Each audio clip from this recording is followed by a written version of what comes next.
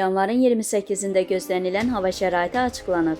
Milli Hidrometeorologiya Xidmətinin məlumatına əsasən Bakıda və Abşeron yarımadasında bəzi yerlərdə fasilələrlə yağıntılı olacağı gözlənilir. Mülayim cənub-şərq küləyi əsəcək. Havanın temperaturu gecə 2-4 dərəcə, gündüz 5-9 dərəcə isti olacaq. Atmosfer təzyiqi 768 mm civə sütunundan 763 mm civə sütununa enəcək. Nisbi rütubət 75-85% təşkil edəcək.